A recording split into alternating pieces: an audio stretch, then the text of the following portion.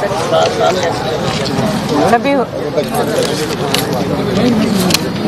بسم اللہ الرحمن الرحیم.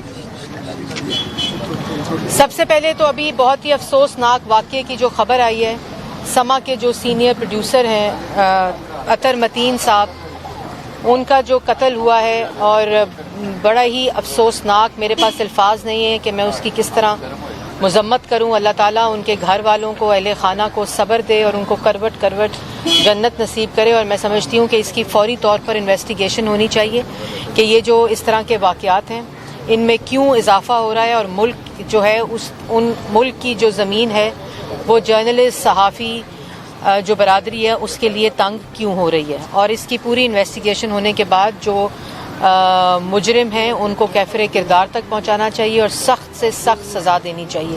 میں سمجھتی ہوں کہ یہ ذمہ داری ہے وہاں سندھ میں. مجھے امید ہے کہ پیپلز پارٹی اس کا نوٹس بھی لے گی اور اس کو منطقی انجام تک پہنچائے گی. اور کس طرح پورے پاکستان کے اندر جس طرح صحافی برادری جو ہے وہ اس وقت بہت سے مسائل کا شکار ہے، وہ ایک الگ موضوع ہے. آج آپ کو پتہ ہے کہ شہباز شریف صاحب کی یہاں پیشی تھی، اور یہ تماشا 3.5 سال سے جاری ہے.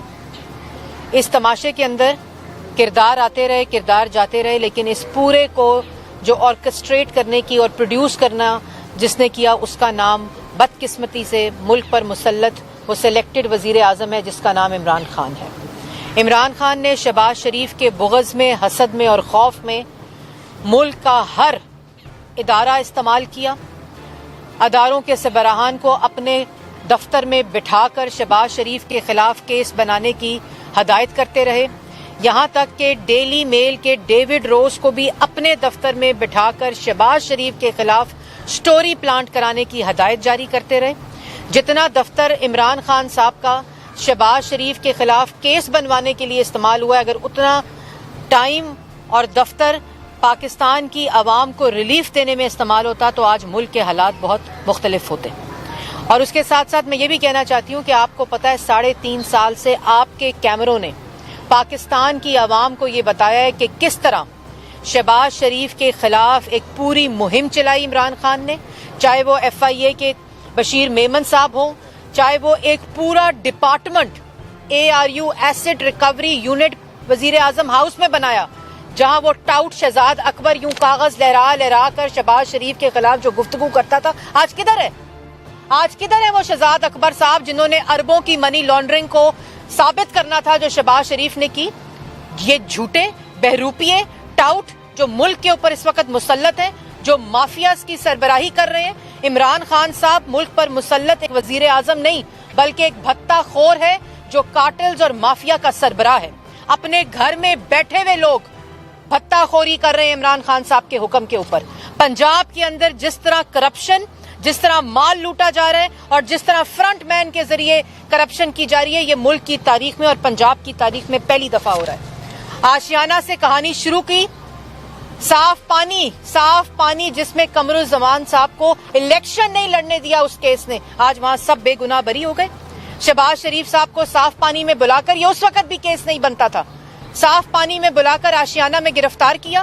پھر گندا نالا، اس کے بعد ڈیوڈ روز، ڈیلی میل کی کہانی. ہر منصوبے کو جو شہباز شریف نے پاکستان کی عوام کے لیے بنائے، جو نواز شریف نے پاکستان کی عوام کے لیے بنائے، اس کو متنازع بنایا. یہ عوام کے ساتھ دشمنی تھی عمران خان کی، چاہے وہ اورنج ٹرین ہو، چاہے وہ لاہور میٹرو ہو، چاہے وہ ملتان میٹرو ہو، چاہے وہ PKLI ہسپتال ہو. صادق اور امین کے سرٹیفکیٹ دینے والوں نے PKLI ہسپتال کو بند کرنے کی کوشش کی. ان لوگوں نے اس حسد میں عوام کے ساتھ دشمنی کی، اور آج ان کے کرائے کے ترجمان روز وہاں PID میں بیٹھ کر وہی حرکتیں کرتے ہیں. ہر وہ جرم لگایا، ہر وہ الزام لگایا شہباز شریف میں جو FIA اور نیب کے قانون کے تحت لگ سکتا تھا، چاہے وہ منی لانڈرنگ ہو، چاہے وہ کرپشن ہو، کک بیک ہو، مس یوز آف اتھارٹی ہو. تمام چیزوں سے شہباز شریف صاحب پاکستان کی ہر عدالت سے، سپریم کورٹ تک اور پھر باہر کی لندن کی عدالت سے سرخرو ہوتے ہیں. تمام FIA کا، تمام نیب کا ریکارڈ NCA کو دیا گیا. ایسڈ ریکوری یونٹ نے ملک کے اندر سے کرپشن ختم کرنی تھی. انہوں نے شہباز شریف کے خلاف تمام نیب کے دستاویز، تمام ریفرنسز اور تمام FIA کے جو